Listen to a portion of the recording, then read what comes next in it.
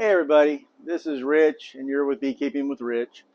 So I took a whole lot of supers off the hives and such. Need to get everything all cleaned up and stowed away. Uh, and yesterday, as I was flipping through bee videos, I watched yet another video where somebody's using a torch to torch the propolis and such off the hives, and I'm like, okay, if you want to scorch your hives in order to sterilize them, I guess that's one thing, but for just simple cleanup, I got to tell you, nothing works better than a heat gun. I'm going to turn this on, let it warm up. About 750 degrees. So it's South Florida. It's still warm. It's probably 85 degrees out here right now. So it's not like the propolis is brittle or anything. I can take off a good deal of it without the heat gun. Easier to do on a flat surface like I'm doing here than it would be if I will in a minute clean the front of this box. But as you can see, that's about as much as you get done there. And there's the cool thing about these screened covers here that have gotten completely propolised over. Yep, so it's just so much easier to play the heat gun back and forth for a moment, let it look a little bit wet, and it just scrapes off so much easier. And then you just play the heat gun close. See it bubbling? You can just let it absorb right into the wood like a varnish.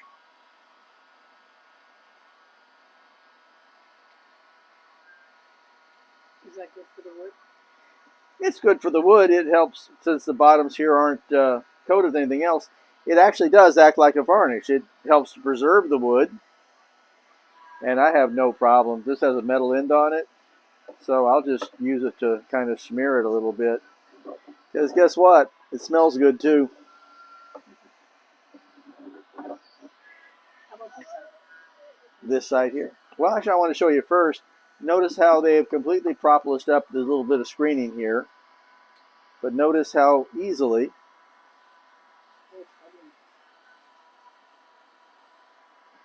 so bring it in close. Oh. That way the next group of bees that come in here, if they don't want it all propolised up, if they want the ventilation, they don't have to spend their time tearing it apart. If they do want to propolis, that's the reason I'm not bothering to clean the whole thing off, is because if they do want to propolis it all back up, they don't have to start from scratch. But I'll kind of just open up the middle there. And it's a very fragrant smoke, like an incense.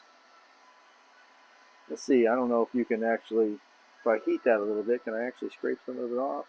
Nah, not really. It's mostly just a let's burn it off sort of thing. But, you know, if the bees don't want that extra ventilation, which I've learned in over time, they mostly don't. I stopped using ventilated top inner covers because the bees really prefer to ventilate everything up, back, and back down out the front. Now, rather than continue on this one at the moment, let's get down to this bad boy here.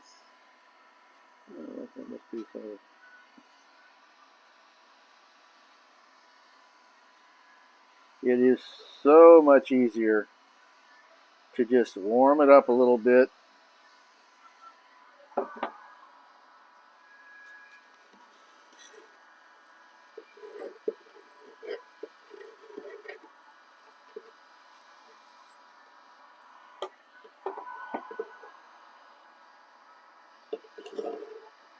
There we go. Now just bring the gun in close, and just like on the other one, you kind of varnish your rabbit, as it were. I mean, I think using fire, rounds out and does a little more damage to the edges of things. Yeah, this is only 750 degrees. I could go hotter if I wanted to, but I usually find that 750, this has settings on it, 750 works pretty well. So that's about as good as it gets. Now you'll notice in years past I've done the same thing and I've scraped the propolis on the long sides. This is from last year's cleanup. It's the same on the other side, though you can't see it from there.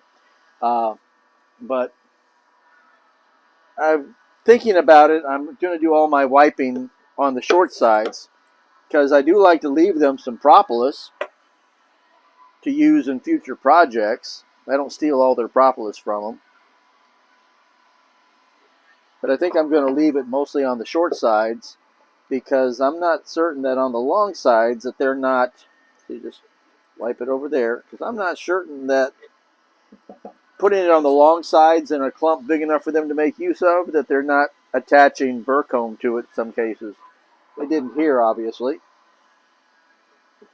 But we'll just leave a little bit of that there for them to use.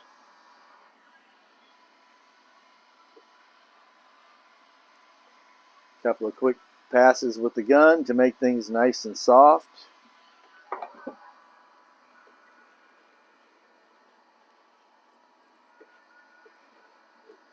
I guess this isn't as dramatic as a video with somebody using a torch to do the same thing. And by the way, there is two ways to do this. You can also heat up your tool. First, let's get this excess off. But if you've got to get into some places, you can also just sit here and hold the heat on the tool for a minute.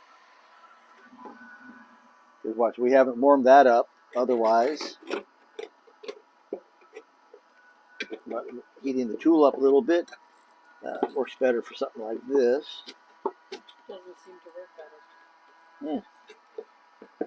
There are applications for heating up your tool, but this happens to be one of those simple applications where this works the best right here. And it's safe to put the heat gun down on the wood? Yeah, as long as you've got some clearance here.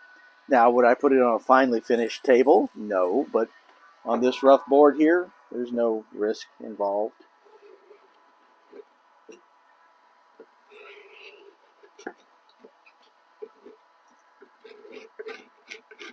Does it work for frames as well? It works for frames as well. Now, you have to be really, I mean, foundationless frames where they're empty, all these frames have been cleaned up and prepared with the heat gun, but you notice there's no comb in them.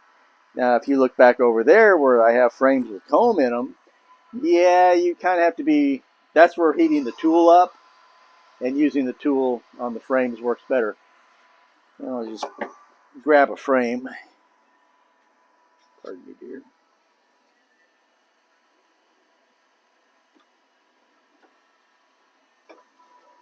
These frames have been extracted, put back in for the bees to clean up.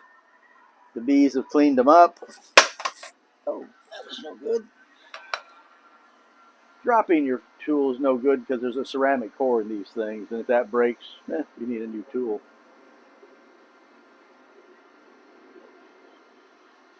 Yeah, I really wouldn't want to go putting it right next to it, but this works quite well for cleaning it off smoothly.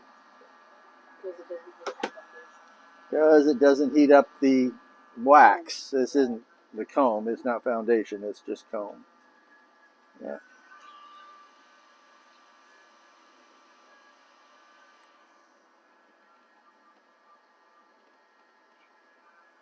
There we go. Put that in there.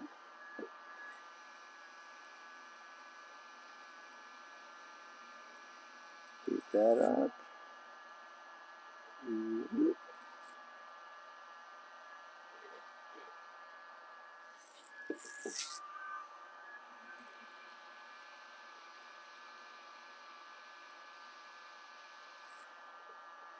Luckily, steel is a poor conductor of heat, so you can get your bottom 3/4 of an inch quite hot and still hold on to it very close by.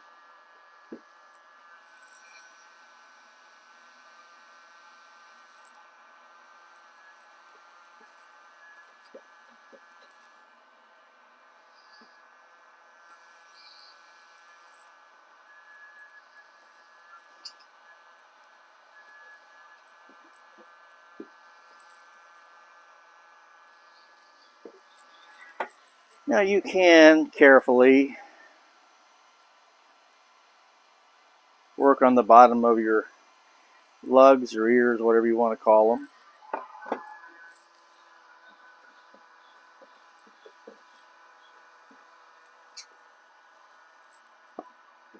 And if you live up north, this would be a good time of year to do it.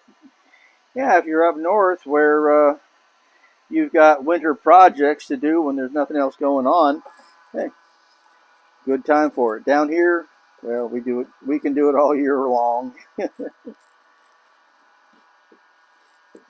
we go. So, nice clean rabbit there. Nice clean lugs and edges on the frame there. Heat guns, it's a very controlled. It's not, what am I going to do with the flame when I need to use both hands? You just set the gun down, edge aimed out somewhere. It's safe, it's easy. Heat guns are quite inexpensive at Harbor Freight. This is not your low-end model here. This one probably costs like $27 or something, but you can get simpler heat guns at Walmart or Harbor Freight or anywhere else for down around $15, $16. And heat guns have all kinds of uses. I'm going to show you one more thing. As I've mentioned in the past,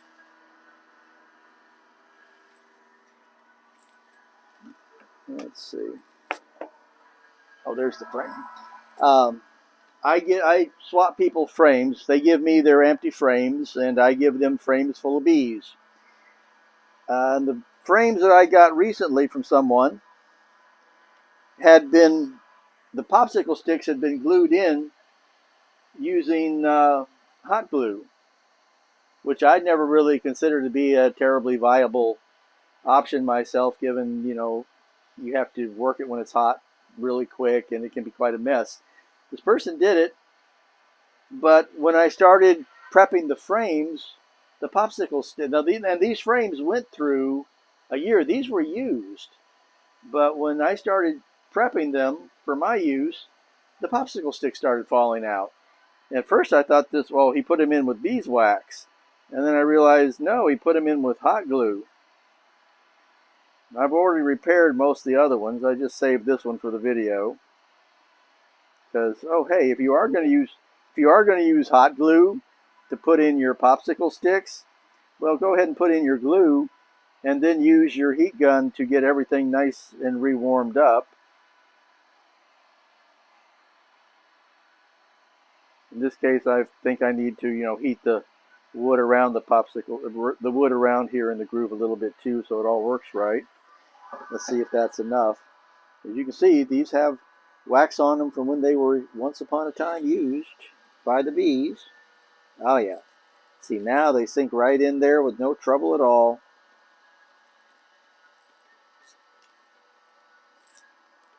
Alrighty.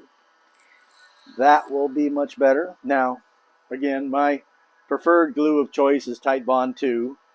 Just run it in the groove and lay the popsicle sticks in. But if hot glue is what you've got, then experiment with the heat gun. I think you'll find out that you can do a much better, more controlled job if you use a heat gun when you're using the hot glue. So that's it. Not every video is dramatic. This is just a whole lot less dramatic than using a torch on everything, and it gives you a very controlled heat source that allows you to do a really good job of cleaning things up in here. And I particularly like the fact that you can get this hot enough to let it soak into the wood, so it acts kind of like a varnish or a penetrating finish on here. And that's it. This has been Beekeeping with Rich. I'm Rich. Like and subscribe, and here's just another project for the winter. Good to see you guys. Talk to you later. Bye.